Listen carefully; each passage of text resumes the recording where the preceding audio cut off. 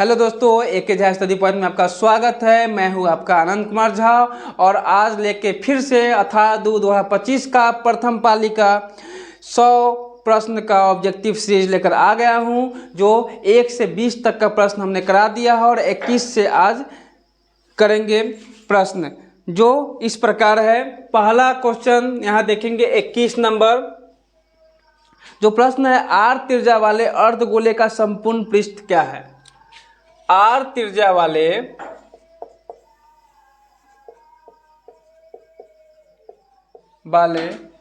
अर्धगोले की संपूर्ण पृष्ठ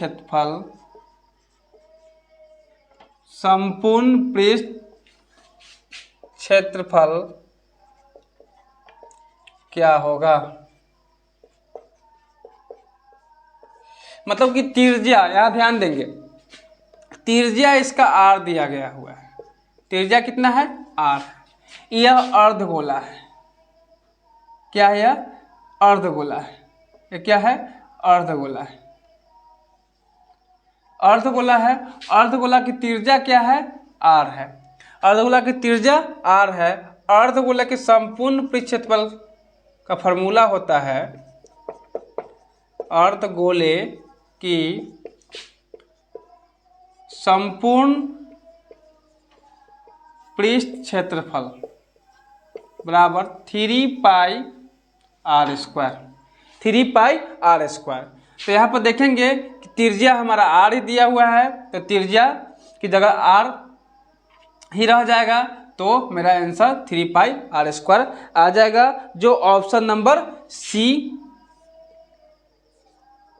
में दर्शाया गया है।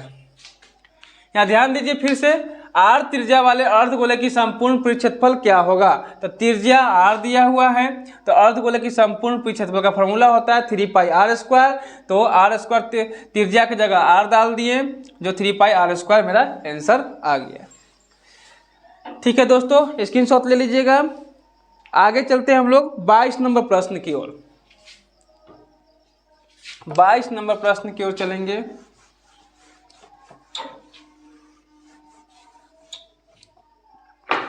22 नंबर प्रश्न यह रहा कि tan 10 degree into tan 23 degree into tan 80 degree into tan 67 degree का मान क्या होगा? का मान क्या होगा? तो हम यह ध्यान देंगे, tan 10 degree, tan 23 degree, tan 80, tan 67, यहाँ देखेंगे सभी tan में ही दिया हुआ है। सभी tan में ही दिया हुआ है। तो हम क्या करेंगे, यह देखेंगे एक दूसरे को जोड़ेंगे, जो जोड़ने पर 90 डिग्री आ जाए। एक दूसरे को जोड़ेंगे, जो जोड़ने पर 90 डिग्री आ जाए, उसमें से एक को बदल देंगे। तो यहाँ ध्यान दीजिए, यहाँ पर जोड़िए tan 10 और tan 80, जोड़ने पर 90 डिग्री आ रहा है। tan 23 और 67 जोड़ने पर 90 डिग्री आ रहा है। तो क्या करेंगे, इस दोनों में से किसी एक को बदलेंगे और इस दोनों में से किसी एक को बदलेंगे। तो यहाँ ध्यान देंगे, tan 10 डिग्री को tan 10 डिग्री लिख दीजिए, tan 23 डिग्री को tan 23 डिग्री लिख दीजिए, और बदलना है किसी दो को। तो क्या कि tan 80 को बदल दीजिए। tan 10 को आपने नहीं बदला, क्योंकि 10 और 80 मिलकर 90 पूर रहा था। हमने आपको बताया था कि किसी दो के जोड़ने पर अगर 90 पूरे तो उसमें से एक को बदल देना है। तो tan 10 और tan 80 90 पूर रहा था, tan 10 को आपने बदला नहीं, तो tan 80 को बदलना अनिवार्य है। तो tan 80 को बदलेंगे तो इस रूप में बदलेंगे कि लिखा हुआ कुछ और दिखे, पर उसको सॉल्व करने पर tan 80 ही नजर आए। तो यहां देखिए, tan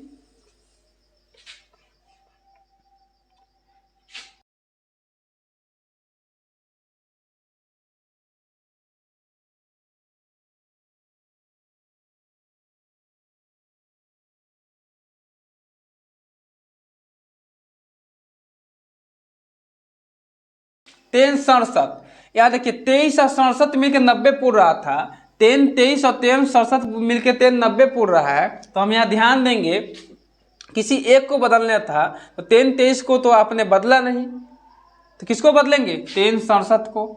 तो 3 ऐसा लिखेंगे कि सॉल्व करने पर 67 ही नजर आए। तो 90 डिग्री माइनस 23 डिग्री लिखते हैं अगर, तो 3 90 माइनस 23 डिग्री 3 67 डिग्री नजर आएगा। अब क्या करेंगे? सॉल्व करेंगे। 3 10 degree into 3 23 degree, 3 90 minus theta, formula होता है कॉट थीटा। तो थीटा क्या है मेरा? 10। तो 3 90 माइनस थीटा कॉट थीटा, तो cot 10 degree into 3 90 minus theta, formula होता है कॉट थीटा, थीटा क्या है? 23, तो कॉट 23 डिग्री।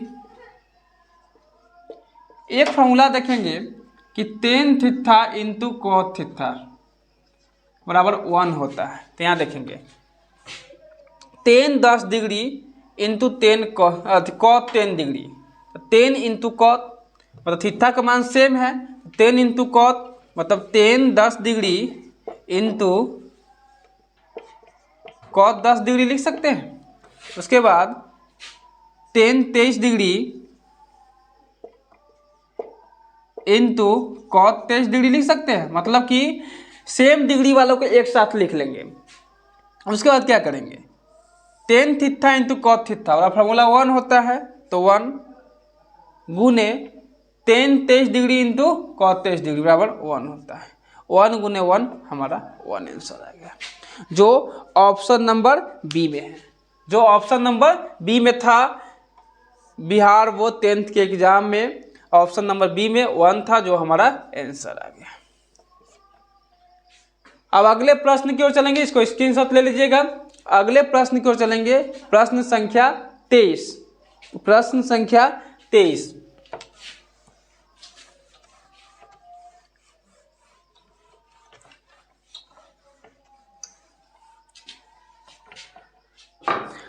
में देखेंगे,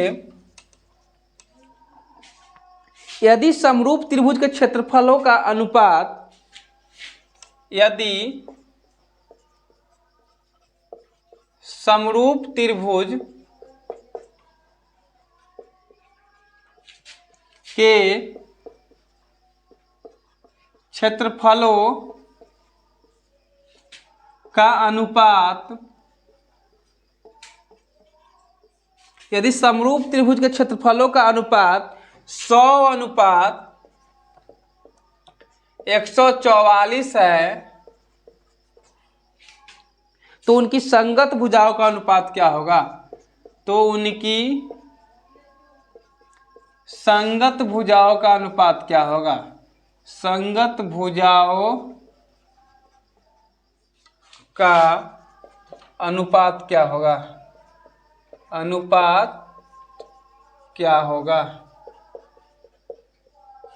देखिए, ऐसे प्रश्न को ऑब्जेक्टिव में सॉल्व करने के लिए एकदम आसान तरीका है। सब्जेक्टिव के लिए आपको पिक्चर बनाना पड़ेगा, उसके बाद सॉल्व करना पड़ेगा, लेकिन ऑब्जेक्टिव में सॉल्व करने के लिए आसान तरीका है, कभी भी दो समरूप त्रिभुज, मान लीजिए दो समरूप त्रिभुज है,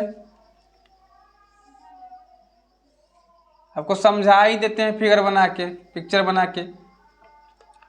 ए बी सी एक है, डी ई एफ, दो समरूप त्रिभुज है।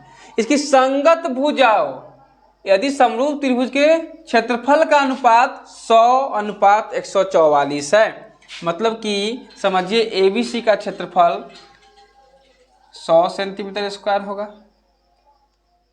समझिए कि एबीसी का क्षेत्रफल 100 सेंटीमीटर स्क्वायर होगा और डीईएफ का क्षेत्रफल 144 सेंटीमीटर स्क्वायर होगा। मान लीजिए कि समरूप त्रिभुज के क्षेत्रफलों का अनुपात 100 अनुपात 144 है, तो त्रिभुज एबीसी का क्षेत्रफल 100 सेंटीमीटर स्क्वायर होगा, त्रिभुज डीईएफ का क्षेत्रफल 144 सेंटीमीटर स्क्वायर होगा। तो कह रहा है इसका संगत भुजाओं का अनुपात क्या होगा? संगत भुजा यही मान लीजिए संगत भुजा है, तो संगत भुजा का अनुपात क्या होगा? तो हम क्या कर सकते हैं, त्रिभुज ए बी सी का क्षेत्रफल बटे त्रिभुज डी ई एफ का क्षेत्रफल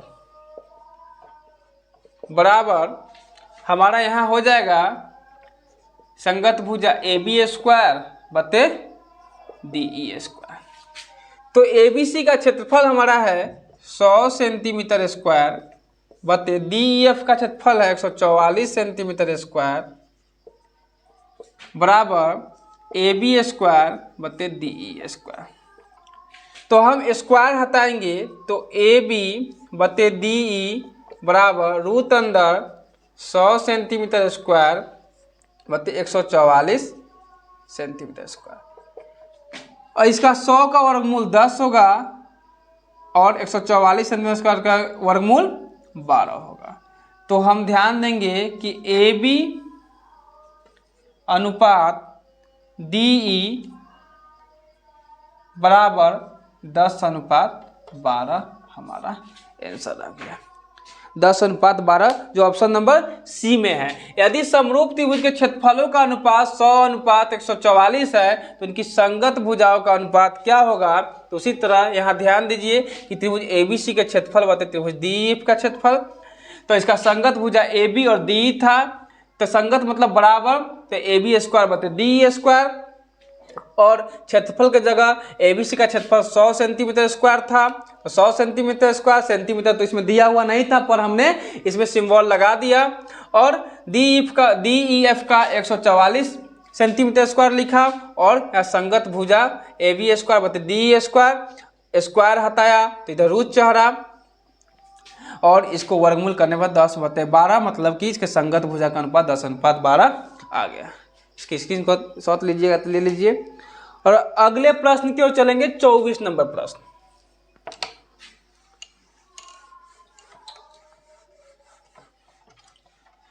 आपको इतना मेहनत से समझा रहे हैं, यदि समझ में नहीं आए, थोड़ा भी प्रॉब्लम हो तो आप जरूर कमेंट कीजिएगा, इसमें कुछ सुधार किया जा सके तो किया जाएगा। अगला प्रश्न है 24 नंबर प्रश्न, जो है दो समरूप त्रिभुज की संगत भुजाएं 4:9 के अनुपात में है, तो त्रिभुज का क्षेत्रफल का अनुपात क्या होगा। त्रिभुज के क्षेत्रफल का क्या अनुपात होगा, क्षेत्रफल का क्या अनुपात होगा, क्या अनुपात होगा, अनुपात होगा। देखिए एक बात आपको बता दें कि इससे पहले वाला प्रश्न जो 23 नंबर था, हम आपको बताए थे, उसमें क्या था, क्षेत्रफल दिया हुआ था और संगत भुजाओं का अनुपात ज्ञात करना था। तो हमने क्या किया, उसमें तो आपको प्रोसेस से बताया गया था कि उसका वर्गमूल निकाला गया। क्षेत्रफल दिया हुआ था और संगत भुजाओं का अनुपात निकालना था, तो उसमें वर्गमूल निकाला गया था। पर इसमें क्या है कि संगत भुजा दिया हुआ है, संगत भुजा दिया हुआ है और इसका क्षेत्रफल का अनुपात निकालना है, तो बस इसका वर्ग कर देंगे। 4:9 मतलब कि 4/9 दिया हुआ है, तो उसमें क्षेत्रफल दिया हुआ था, वर्ग किए थे। इसमें क्या दिया हुआ है, भुजा दिया हुआ है, और इसका क्या करना है, क्षेत्रफल, भुजा दिया हुआ है और क्षेत्रफल का अनुपात निकालना है, तो इसमें वर्ग कर देंगे। 23 नंबर क्वेश्चन में क्षेत्रफल दिया हुआ था, भुजा निकालने के लिए वर्गमूल निकाले थे।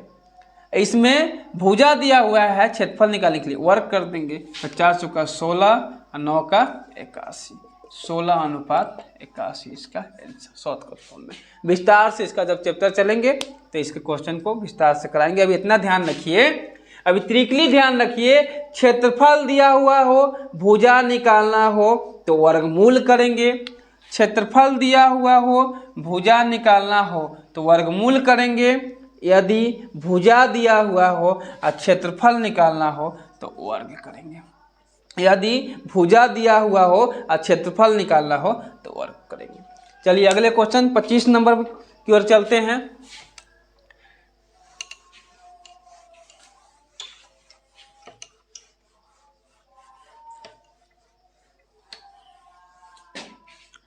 25 नंबर की ओर चलते हैं। यहाँ देखेंगे 25 नंबर को प्रश्न आपका त्रिकोणमिति से है, जो बहुत ही अच्छा प्रश्न है। 1 प्लस, देखिए यहाँ 1 प्लस 10 स्क्वायर ए 1 प्लस कॉट स्क्वायर ए 1 प्लस 10 स्क्वायर ए 1 प्लस कॉट स्क्वायर ए। ऑप्शन है आपका सेक स्क्वायर ए, बी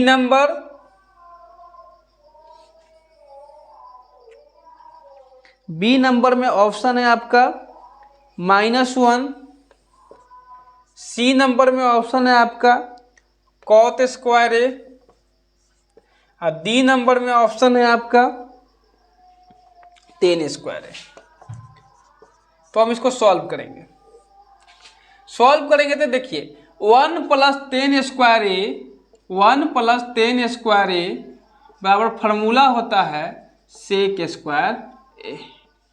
1 प्लस 10 स्क्वायर ए बराबर फार्मूला होता है सेक स्क्वायर ए। और 1 प्लस कॉट स्क्वायर ए 1 प्लस कॉट स्क्वायर ए बराबर फार्मूला होता है कॉसेक स्क्वायर ए। 1 प्लस कॉट स्क्वायर ए बराबर फार्मूला होता है कॉसेक स्क्वायर ए। तो यहाँ ध्यान देंगे 1 प्लस कॉट स्क्वायर ए बराबर कॉसेक स्क्वायर ए। इसको सॉल्व करेंगे तो सेक स्क्वायर ए को हम लिख सकते हैं 1 बटे कॉस स्क्वायर ए। दोस्तों त्रिकोणमिति के प्रश्न बनाने के लिए आपको फार्मूला गह का याद करना पड़ेगा। और उसके बाद कॉसेक स्क्वायर ए बराबर फार्मूला होता है 1 बटे साइन स्क्वायर ए। इसको सॉल्व करेंगे तो 1 बटे कॉस स्क्वायर ए प्लस जाएगा गुने साइन स्क्वायर ए बटे 1। साइन स्क्वायर ए से 1 में गुना होगा तो साइन स्क्वायर ए, और कॉस स्क्वायर ए से 1 में गुना होगा तो कॉस स्क्वायर ए बराबर आंसर 10 स्क्वायर है। ऑप्शन नंबर आपका डी है। फिर से ध्यान देंगे, प्रश्न था आपका 1 प्लस 10 स्क्वायर ए बटे 1 प्लस कॉट स्क्वायर ए, और ऑप्शन दिया हुआ था इसको सॉल्व करना था। ऑप्शन था सेक स्क्वायर ए -1 कॉट स्क्वायर ए 10 स्क्वायर ए। हमने क्या किया, फार्मूला का यूज किया। 1 प्लस 10 स्क्वायर ए बराबर फार्मूला होता है सेक स्क्वायर ए, तो सेक स्क्वायर लिख दिया। 1 प्लस कॉट स्क्वायर ए बराबर फार्मूला होता है कॉसेक स्क्वायर ए, कॉसेक स्क्वायर ए लिख दिया। सेक स्क्वायर ए के जगह हम 1 बटे कॉस स्क्वायर ए लिख सकते हैं, बटे कॉसेक स्क्वायर ए के जगह 1 बटे साइन स्क्वायर ए लिख सकते हैं, बराबर 1। इसको सॉल्व करेंगे तो 1 बटे कॉस स्क्वायर ए, ये साइन स्क्वायर ए ऊपर चले जाएगा, नीचे 1 चले जाएगा, तो साइन स्क्वायर ए से 1 में गुना होगा तो साइन स्क्वायर ए, और कॉस स्क्वायर ए से 1 में गुना होगा तो कॉस स्क्वायर ए, और साइन स्क्वायर ए बटे कॉस स्क्वायर ए बराबर 10 स्क्वायर ए आंसर। अब अगले प्रश्न की ओर चलेंगे, इसको स्क्रीनशॉट ले लीजिएगा। अगले प्रश्न की ओर चलेंगे जो 26 नंबर प्रश्न होगा।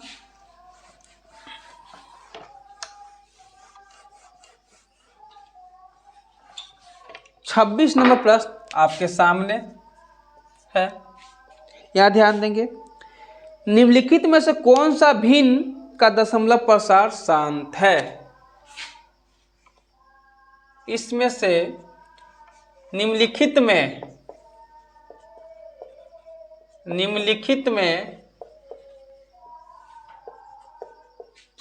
से कौन शांत है?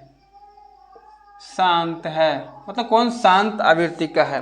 ऑप्शन है आपके ए नंबर ऑप्शन है 14 बटे 2 के पावर 0 गुने 3 के पावर 2। बी नंबर है 9 बटे 5 के पावर 1 गुने 7 के पावर 2। सी नंबर ऑप्शन है आपके 8 बटे 2 के पावर 2 गुने 3 के पावर 2। डी नंबर ऑप्शन है 15 बटे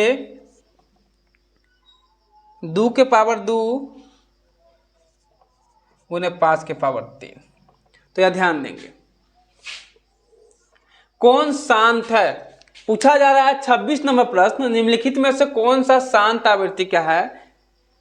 तो यह ध्यान देंगे ऑप्शन है आपके पास यहाँ चारों। देखिए शांत होने का शर्त क्या होता है? शांत होने की शर्त, शांत होने का शर्त होता है कि P बटे 2 के पावर m गुने 5 के पावर n के रूप में हो, वह शांत होगा। ऊपर से हमको कोई मतलब नहीं है, ऊपर के अंक से हमें कोई मतलब नहीं है, हमें नीचे वाला अंक मतलब हर से मतलब है। ऊपर वाले को अंश कहते हैं और नीचे वाले को हम लोग क्या कहते हैं? हर कहते हैं। हमको मतलब है हर से। हर हमें 2 के पावर m गुने 5 के पावर n के रूप में होना चाहिए। पर आप लोग फार्मूला को मारिए गोली, फार्मूला को आप लोग एकदम भूल जाइए, फार्मूला भी कुछ होता है। बस इतना ध्यान रखिए कि जिसके नीचे 2 या 5 हो, जिसके नीचे 2 या 5 हो वह शांत होगा, या सिर्फ 2 हो तब भी शांत होगा, या सिर्फ 5 हो तब भी शांत होगा। पर 2 या 5 के अलावा कोई भी दूसरा अंक आए तो वह अशांत हो जाएगा। तो यहाँ चेक करेंगे 14 बटे 2 के पावर 0 गुने 3 के पावर 2, बस यहीं पर यह क्वेश्चन गलत हो गया कि हमने क्या बताया था कि हर में सिर्फ 2 या 5 होना चाहिए। तो हमने देखा कि 2 तो है पर 5 नहीं है, एक दूसरा 3 प्रवेश कर गया, तो यह शांत नहीं होगा। फिर यहाँ देखेंगे ऊपर से कोई मतलब नहीं है, नीचे देखेंगे, नीचे सिर्फ हमको 2 या 5 चाहिए। तो यहाँ ध्यान देंगे 5 तो है पर लेकिन 2 नहीं है, एक दूसरा अंक 7 प्रवेश कर गया, ये भी शांत नहीं होगा। यहाँ देखेंगे ऊपर से कोई मतलब नहीं आता, नीचे देखेंगे हर सिर्फ हमें 2 या 5 होना चाहिए, 2 तो है पर दूसरा अंक 3 प्रवेश कर गया, ये भी शांत नहीं होगा। यहाँ ध्यान देंगे ऊपर में 15 है, इससे कोई मतलब नहीं है, नीचे 2 और 5 होना चाहिए, सो यहाँ है, इसलिए यह मेरा शांत होगा। Option number D right answer. अब अगले प्रश्न की ओर चलेंगे, 27 नंबर प्रश्न, जो इस प्रकार है, जो आपका रियल नंबर से प्रश्न, ये भी तो रियल नंबर से ही था। 27 नंबर प्रश्न जो इस प्रकार है, ध्यान देंगे यदि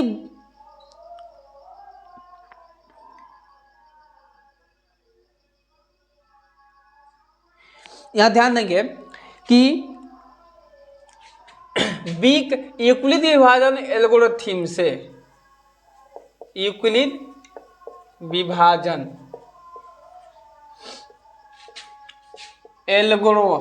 एल्गोरिथम से बनाना है। इसका फॉर्मूला होता है a बराबर बी क्यू प्लस आर, जो दिया हुआ भी है। और यहाँ पर प्रश्न में क्या किया है कि मान दे दिया है, b बराबर 4 दे दिया है, उसके बाद आपका q बराबर 5 दे दिया है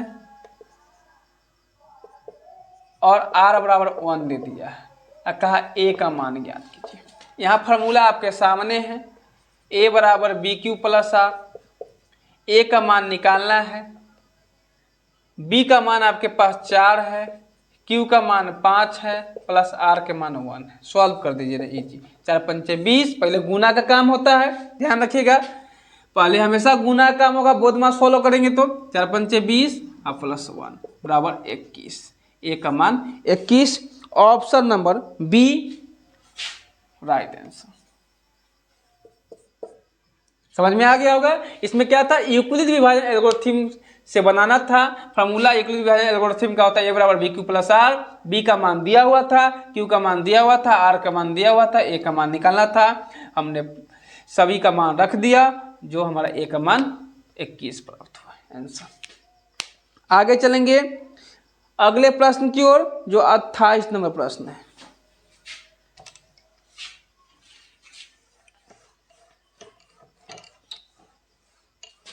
28 नंबर प्रश्न। 28 नंबर प्रश्न है, बहुपद 2x² माइनस 4x माइनस 6 का शून्य क्या होगा। बहुपद 2x² माइनस 4x माइनस 6 का शून्य क्या होगा। शून्य क्या होगा, ध्यान देंगे। 2x² माइनस 4x माइनस 6 का शून्य क्या होगा।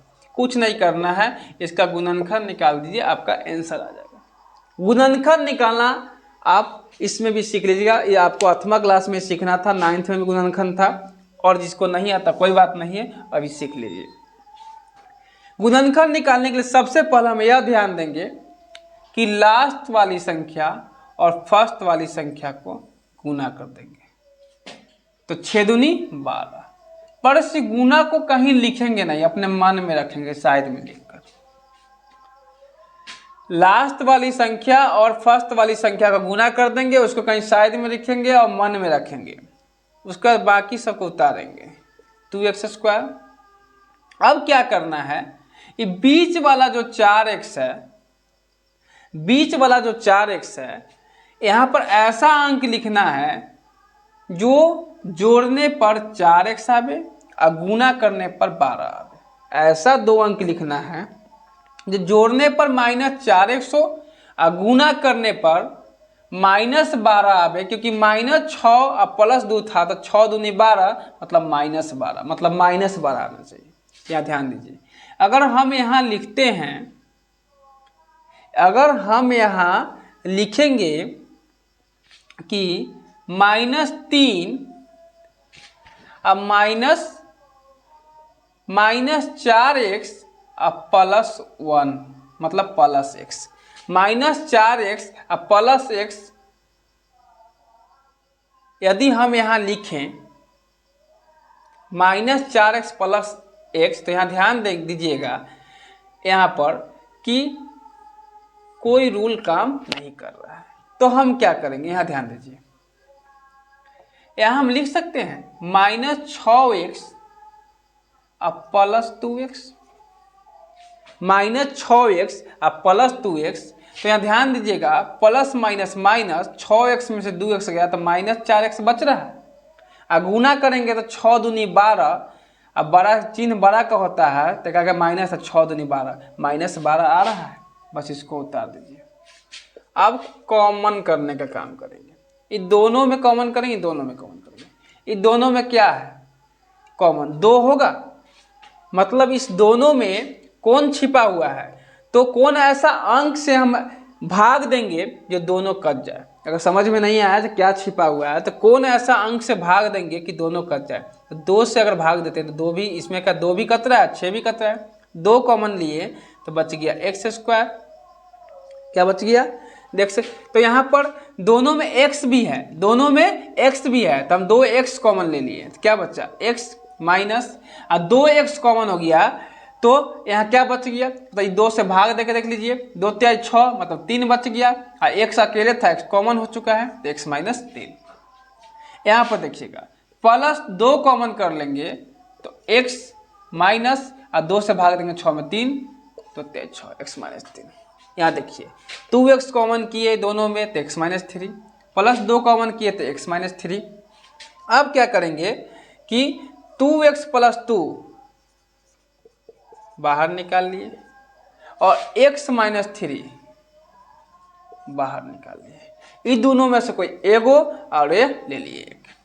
अब क्या करेंगे कि यहाँ ध्यान दीजिएगा कि 2x + 2 = 0, x - 3 = 0, तो 2x + 2 को उस पार करेंगे तो -2, x = -2/2 बराबर x = -1। यहाँ -3 इस पार जाएगा तो x = 3, मतलब मेरा मान आ गया एगो -1 और एगो 3। यही मेरा आंसर आया, जो ऑप्शन नंबर -1 और 3 ऑप्शन नंबर बी में है। -1 और 3 ऑप्शन नंबर बी में है। यही हो गया हमारा शून्यक। बहुपद 2x² माइनस 4x माइनस 6 का शून्यक क्या होगा, तब -1 और 3 होगा। वो अगले प्रश्न चलेंगे जो 29 नंबर प्रश्न है, जो मेंसुरेशन क्षेत्रमिति का प्रश्न है। अगले प्रश्न जो 29 नंबर प्रश्न है, जो मेंसुरेशन क्षेत्रमिति का प्रश्न है। 29 नंबर प्रश्न में चलेंगे कि त्रिज्या 42 सेंटीमीटर दिया हुआ है, केंद्रीय कोण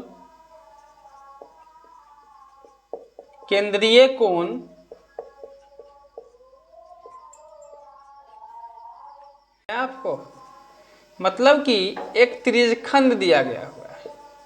एक क्या दिया हुआ है, त्रिज्यखंड दिया हुआ है। मतलब मान लीजिए वृत्त है, वृत्त में जो यह जो हुआ मतलब ओ है, मान लीजिए ओ है यहाँ, एक त्रिज्या यहाँ से यहाँ तक है, एक त्रिज्या यहाँ से यहाँ तक है, तो त्रिज्या का खंड है, त्रिज्या का खंड है।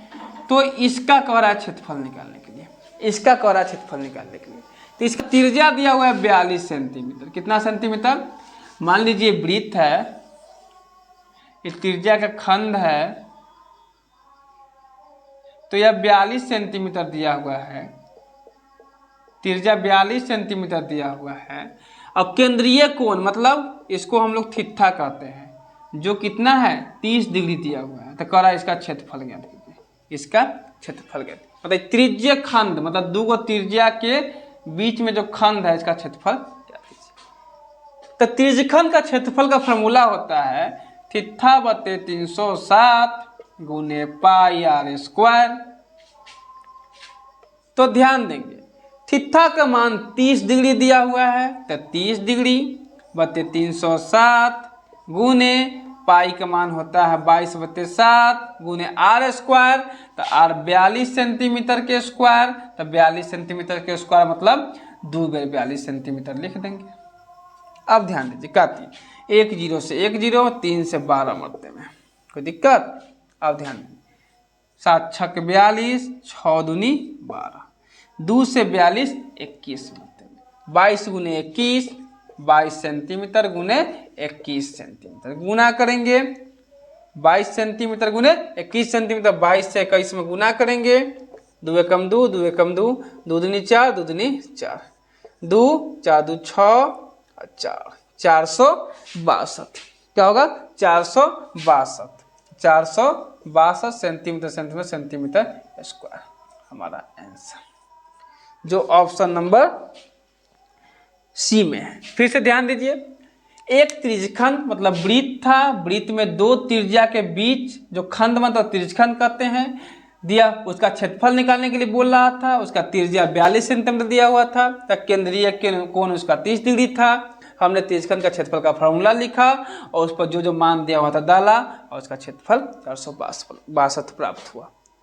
अब अगले प्रश्न और लास्ट प्रश्न 30 नंबर प्रश्न के लिए की ओर चलेंगे। आपको पता है कि हम 10 प्रश्न का प्रतिदिन सीरीज चलाते हैं, जो आज 21 से 30 तक का था, जो 30 नंबर प्रश्न की ओर हम चलेंगे।